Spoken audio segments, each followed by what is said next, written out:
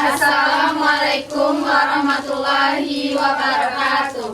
Kami dari kelompok 2 akan mewawancarai perawat home care. Sebelumnya perkenalkan, saya Tria Septiani, Saya Bunga Claudia, saya Anissa S, saya Nartika Putri, saya Dia Permatasari, saya Neti Setika, saya Amelia Putri, saya Tiara Firmalisa. Saya Mutiara Andini. Selamat menyaksikan. Sebenarnya permisi ya Kak, untuk waktunya sebentar, lebih kurang 10 menit Kak, untuk melakukan wawancara kepada perawat home care.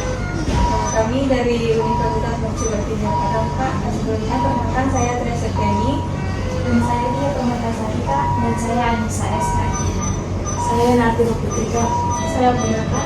Saya Tiara Kak. Saya sudah Tiara Kak. Double ya.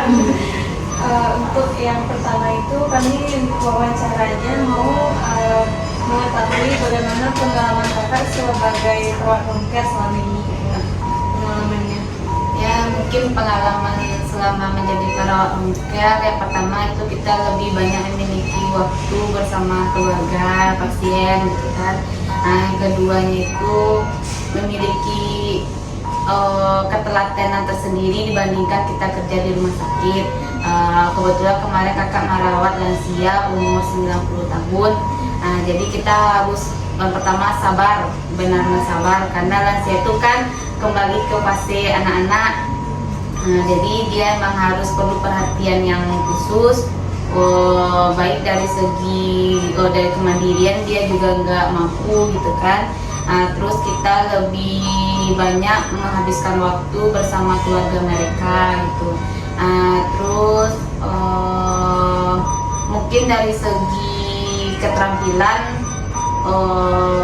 dibandingkan dari rumah sakit itu jauh berbeda, karena di situ kita tidak menggunakan suntik, tidak menggunakan yang lain, paling kita cuma memantau kondisi pasien. Di situ kita juga harus memiliki keberanian, karena di saat keluarga tuh kondisi pasien tuh drop, kita harus bisa mengambil keputusan yang tepat agar keluarga tersebut tidak bingung pasiennya ini mau dibawa kemana. Sudah berapa lama Kak menjadi perawat? Lebih kurang 1 tahun. Ada hambatan nggak Kak selama ini? Kalau hambatannya mungkin tidak ada. Paling ya keluarganya berbeda-beda pendapat. Yang ini pengen ini, yang si A pengen itu, si B pengen itu. Jadi kita pun bingung ikut yang mana. Paling itu. Tapi kalau dari segi pelayanan mungkin tak ada. Ada pesan sama tips nggak Kak untuk menjadi perawat home care ini? Pesannya kalau tipsnya kalau menjadi perawat home care tuh pertama itu harus yakin dengan saat kita terjun menjadi perawat home care. Yang kedua itu harus sabar itu ibaratnya sabar. Kadang tongkat dilempar ke kita, kadang sendok dilempar kita, harus sabar. Kalau itu untuk lansia, tapi kalau untuk bayi itu mungkin kita lebih ke orang tuanya paling yang cerewet. Emang harus sabar. Yang kedua itu kita harus bisa juga beradaptasi dengan lingkungan mereka, menyesuaikan. Kan di situ kalau keluarganya banyak, mungkin kita juga bingung kan, mau ikut yang mana. Tuh. Apalagi ya keahliannya, paling tipsnya ya lebih mandiri lah, karena kita di situ kan sendiri, tempat bertanya pun tak ada. Jadi kita harus yakin dengan setiap keputusan yang kita ambil. Mungkin ada dari teman-teman yang ingin bertanya lagi. Mungkin itu aja pertanyaannya Kak. Dari kami terima kasih untuk pengalaman dan pesan dan tipsnya selama menjadi perawat home care. Oke, sama-sama. Terima kasih telah berkunjung. Pengalaman selama menjadi perawat home care. Yang kedua itu pesan sama tipsnya. Itu aja. Perawatan luka. Kalau Kak tuh seringnya home care untuk yang pasang infus aja seringnya. Yang home care. Jadi ya pengalamannya paling ya orang ya kan beda-beda kan, apa kita kan, yang klien kita beda-beda. Ada yang dari yang mampu lah, dari menengah ke atas sampai menengah ke bawah. Yang menengah ke bawah pun banyak kok yang pasang infus vitamin. banyak yang kadang ada yang nawar misalnya sekian per hari, kan kita udah sebutkan berapanya, terus dia bisa kurang kakak, bisa kurang, nah kayak gitu paling pengalaman dia. Tapi kalau untuk yang apa kayaknya nggak ada, karena kalau untuk komplain atau apa nggak ada, karena kan sebelumnya kita udah kasih tahu bayar, saya datang ke sana mau impusnya apa, jasa saya segini, obatnya ini. Kalau dia andainya ngerasa tarif yang kita tawarkan itu mahal, dia boleh beli obatnya. Kalau yang saya pribadi ya, jadi saya cuma menawarkan jasa, jadi yang beli dia boleh beli obatnya. Kalau dia merasa obat itu yang kita, misalnya kita tarifnya segini, dia ngerasa mahal, itu nggak mahal kok kak, tarif saya yang tarif jasanya aja cuman segitu, itu karena obatnya. Jadi kalau dia minta kurang, kayaknya emang udah pas tarifnya segitu kak.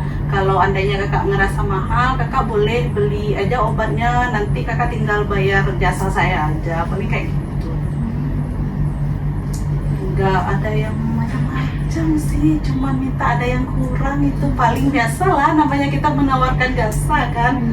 Ada yang kurang, terus udah paling ada yang takut diimpus tapi tetap mereka mau diimpus, kadang takut tapi tetap mau diimpus. Kita harus sabar paling, tunggu bentar kak, tunggu bentar bu, tunggu bentar kak, itu udah biasa. Bentar bu, bentar kak, tunggu ibu, duduk aja ibu, terus tagak lo dulu, putar-putarnya dulu untuk menghilangkan apanya kan, cemasnya kan. Tapi dia mau misalnya kayak cantik, dia mau cantik, dia mau bagus kulitnya, tapi dia takut, tapi tetap aja dilakukan. Nah, kayaknya paling kayak gitu. Kalau untuk yang luka, kakak nggak pernah ngerawat luka. Maksudnya yang home care ya, kalau di rumah sakit tuh sering, tapi kalau di rumah sakit kan yang perawatannya yang konvensional, bukan yang perawatan luka modern. Biasanya kalau yang home care yang ke rumah-rumah, biasanya mereka kalau luka udah yang pakai modern kan. Kakak nggak pernah pakai perawatan luka, nggak pernah. Ya paling itulah, ada bukan hanya yang untuk kecantikan sih, ada misalnya kayak dia kurang fit atau dia demam tapi dia nggak malas ke rumah sakit, jadi kita home care-nya lebih ke pasang infus atau injeksi vitamin. Udah berapa lama kak kakak jadi perawat? Perawat home care sejak jadi perawat ya tergantung orangnya. Kalau orangnya mau mungkin ada sekitar 10 tahunan udah. Oh, berarti cuma untuk khusus kecantikan juga kak? Kayak nggak ada Merawat luka, merawat lansia atau apa nggak pernah.